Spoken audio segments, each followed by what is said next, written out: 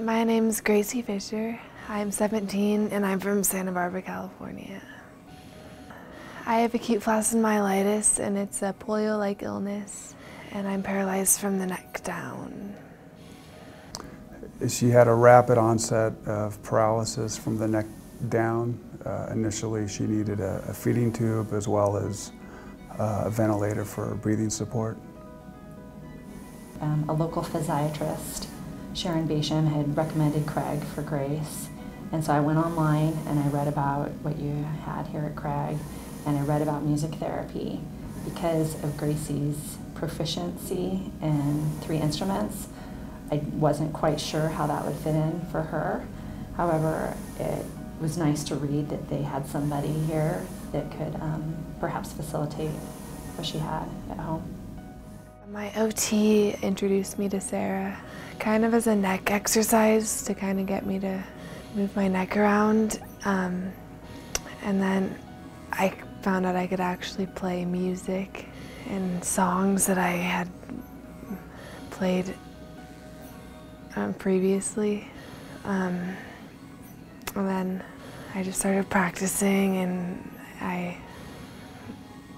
it's just like learning a new instrument. I kind of just, you gotta practice and get good, and it was fun, so. Grace is extremely talented person. She has a really extensive musical background.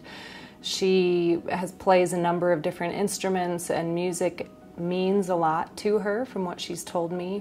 So in her rehabilitation, one of her big goals is returning to music, and really what we've been trying to do in music therapy is to look at how can we facilitate her return to music, because it is so important for her in her life, and that really is a quality of life issue.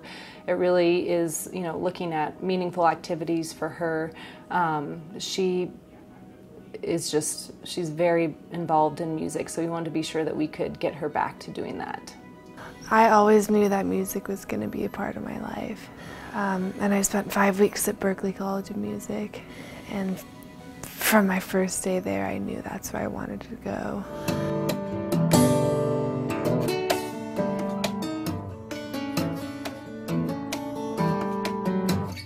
And I got accepted in April, and so that's where I was planning to go to college.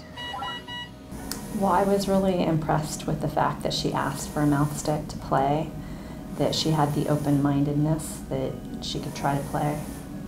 And I've seen Grace go through some changes and accept some things that she wasn't sure she was ready for before through this process. I think being able to get back to music has opened up some things for her, has opened up the door for her to be willing to try some technology and some things. It's opened up just some opportunity for her to return to life. You know, one of the things when something like this happens, that a really good place to be is in the moment.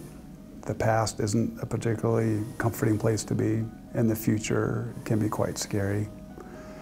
And I think for Grace, doing the music therapy, that has kept her in the moment, because as a patient here, the moment isn't always so great either if you're working, doing therapies and getting put through the paces. And I think the music therapy has been something for her that has been able to connect with her as who she once was, who she is now, and who she will always be. I never thought that I would ever be able to play again, because without my hands and even my feet for piano, I thought that would be impossible. So, yeah.